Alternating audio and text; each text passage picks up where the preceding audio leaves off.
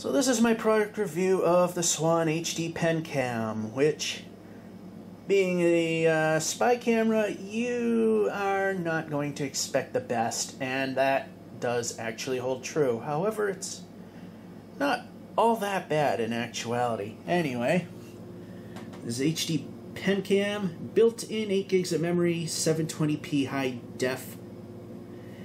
The place where I got it, B&H Photo Video, said that there are no microphones, therefore no sound. That is false. This does have sound, and it's not really that great. But again, comes with built-in 8 gigs of memory. There is a slightly lower version of this.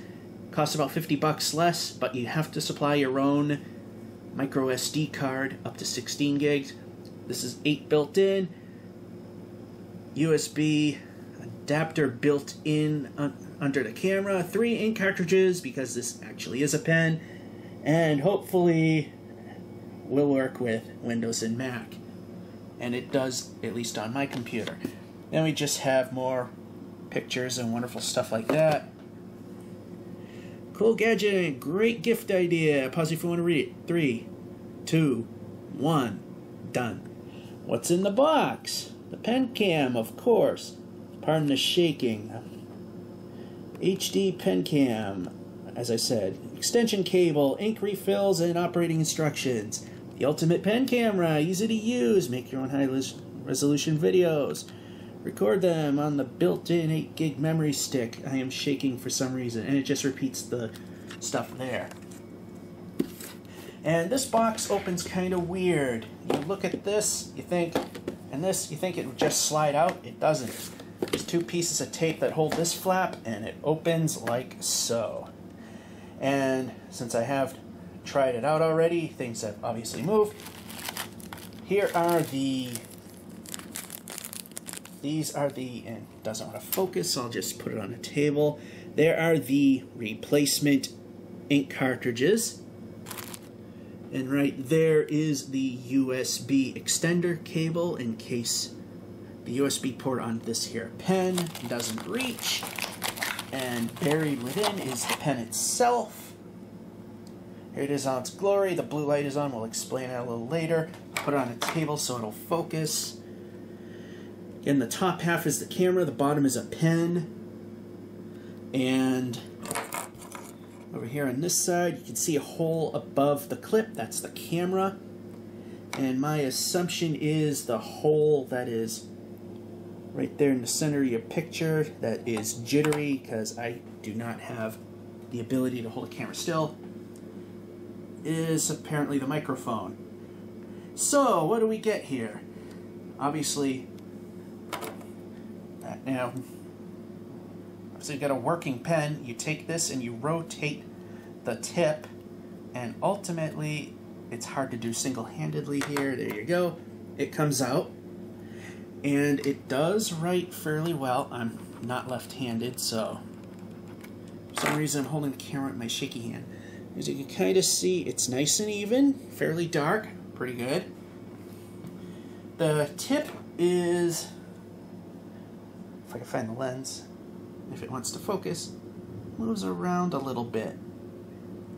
It's a little shaky, but I've seen legitimate pens that are worse than that, so not too bad. The only thing that right now would give it away that it's a video device that has an FCC sticker as well as other markings stating that it has batteries and such. Will record up to 45 minutes of video, AVI format, 30 frames per second rolling shutter.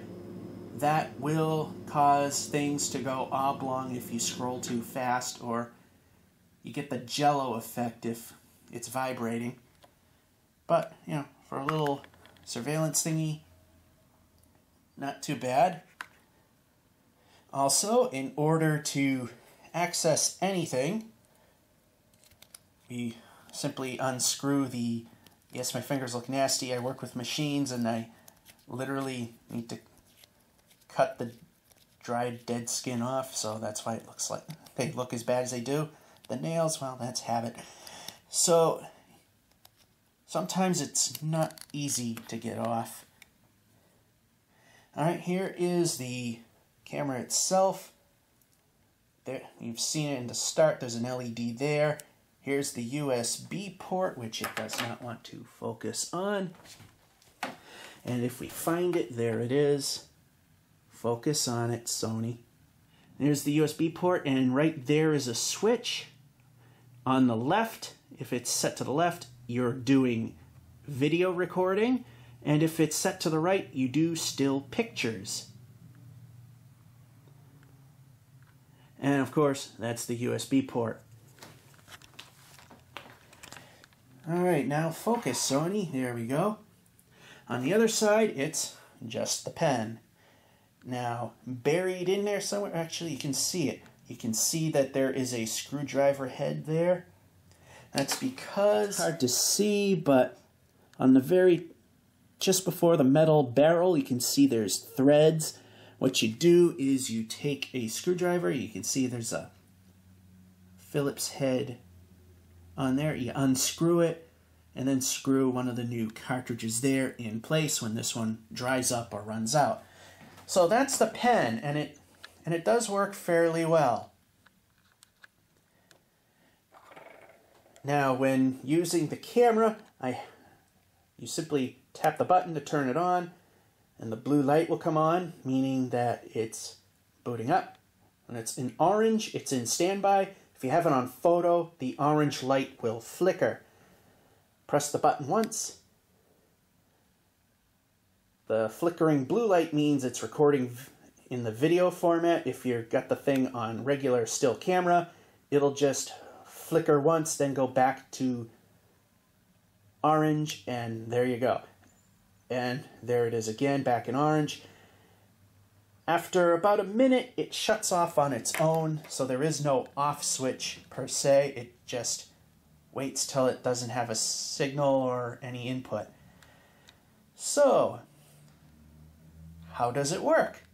Let's find out, shall we? God bless this messy room, and this desk. Plugging it in is simple, and all you have to do, obviously, is plug it in, and you can see by the reflection, the lights come on. That indicates that it is working. And I got this to automatically come up, but if it doesn't, you just go to removable disk, whichever letter it would be on your computer, and there are your folders. You got audio, which is useless. Image, that's where your photos are. Time set, we'll explain. And video, which is where your videos are recorded. Now, this puts a timestamp on your videos, and you got no choice. You got to have that on your videos at all. There's no option to shut it off. It's stupid easy to synchronize the pen with your computer. You just go into that. Then you go into time set, and then click on right time. And then right there it shows the device. In my case, it's the E drive. And then you click on update. There you go. And then it tells you it's updated. Now the correct date and time according to your computer. Boy, is this jittery, pardon that. Switching hands. That's how easy it is. And that's also how easy it is to pull up audio and, or should I say, pictures and video. You just go to video. There are your videos. That third one was just demonstrating me turning it on and off for you. We'll do a direct insert. So I'm not going to play it off the screen, obviously. And images. Again, that's where your pictures are. So now the question is, how is the audio and video quality? Let's find out. This is the video from the camera. I am dubbing over the current audio. As you can hear, it's not really that high quality. Also notice that the image color is quite a bit off.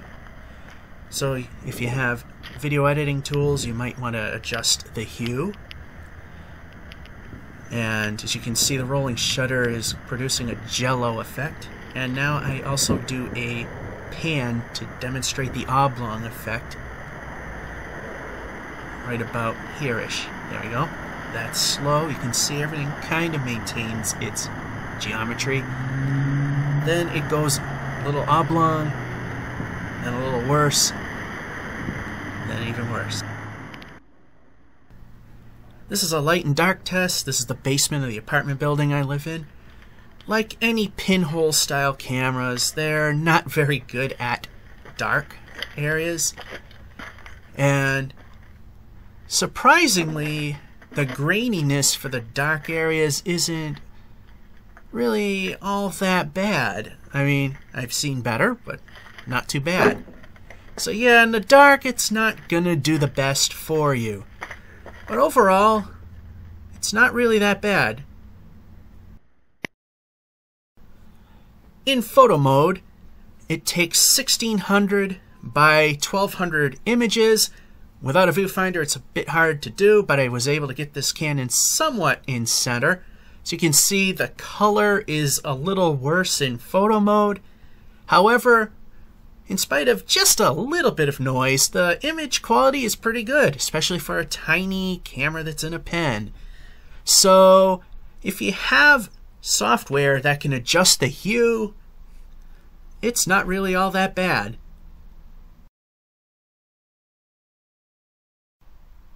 This is another photo, and this time I'm playing off light and shadow, as most pinhole cameras are. Not very good with dark, as it's a bit exaggerated.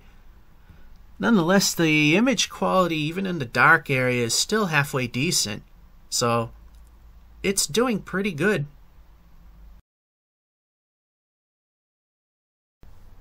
Now it's the light-dark test. In photo mode, it's a little more sensitive and does a better job. It's still just a hair dark, but really not too bad. Slightly grainy, and the color's a little weird where it gets a little more grainy, but nonetheless, it's actually not doing too badly at all. I've seen much worse in higher priced cameras. Here it is with less light, with just a natural light coming in that tiny door and what little light was in the other room. Unlike in video mode, you can actually see stuff here. Again, a little grainy, little color loss, but again, for what you purchased, it's actually pretty good. Okay, I'm using my webcam because it's getting late and I need to finish things up. Anyway, here's the pen in question, and do I think it's worth it? I actually do think it is, and in fact, I'm actually more impressed with it than I thought I would be with it.